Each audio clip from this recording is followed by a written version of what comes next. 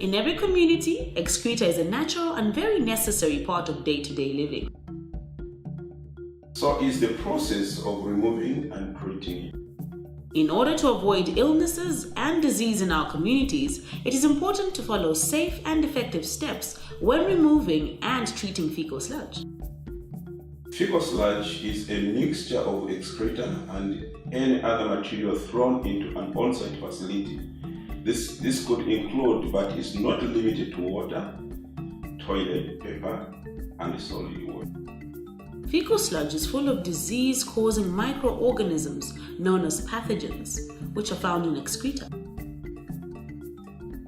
These can be classified as viruses, bacteria, protozoa, and helminths.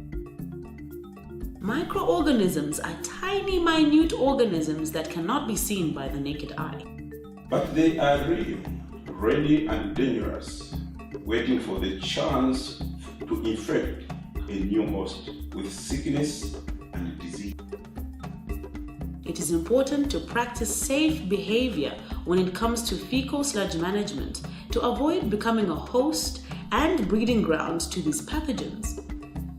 Bacteria, Escherichia coli, Coliforms, and fecal coliforms, Campylobacter fetus, Giardia, pathogenic Escherichia coli, and Salmonella are all big, bad disease-causing pathogens. And also difficult word to get our heads around. The key takeaway here is that all of these nasties are found in excreta and can make you sick, very sick, if you come into contact with them.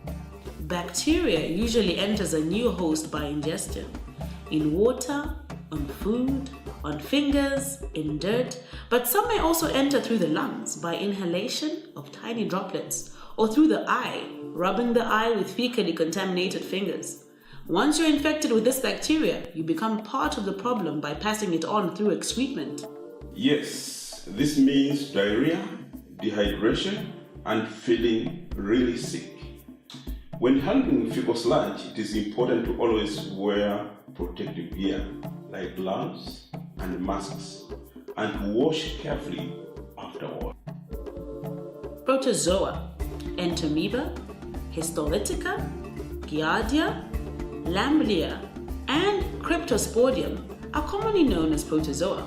Protozoa are also diarrhea-causing parasites. They are clever little parasites that develop in two ways, as trophozoites and as cysts. Infection occurs when mature cysts are consumed. Once in your intestine, cysts transform themselves into trophozoites, making a home in the wall of your intestines where they feed on bacteria and dead cells. These nasty trophozoites then become cysts, and once again they are expelled in feces. Hello diarrhea, goodbye happiness, health, and wealthy. Protozoa need a host to reproduce. However, they can survive in the environment for some months to up to several years. Most intestinal protozoa are transmitted through polluted water and food. This is why it is so important that fecal sludge is managed carefully so that it does not contaminate our water, food, and our family's intestines. The protozoa most frequently linked to aquatic diseases are helminths. Helminths are basically worms. It is extremely undesirable to have worms squiggling around in your stomach, but it is their eggs that you have to watch out for, as they are what carries the disease-causing infections.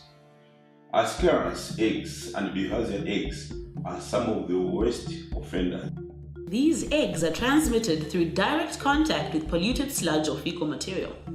The eggs can also get into your system through eating polluted meat or crops that have been polluted by fecal sludge and by water that has not been cleaned properly. Water can be cleaned by being boiled or by adding chlorine.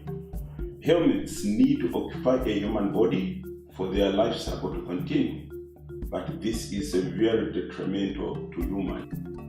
Helminths can cause intestinal wall damage, hemorrhages, deficient blood coagulation, and undernourishment that can lead to cancer tumors. These infectious worms can affect anyone who comes into contact with them, but sadly children, the elderly, and poor people are the ones who suffer the most. Managing fecal sludge correctly is extremely important. If it is not treated carefully, it can get into the very same water that is used to grow the food we eat, therefore causing disease and poor health. When a community is healthy, it is able to function well and achieve more. The more a community is able to function, the more successful it can be. A healthy community is a wealthy community.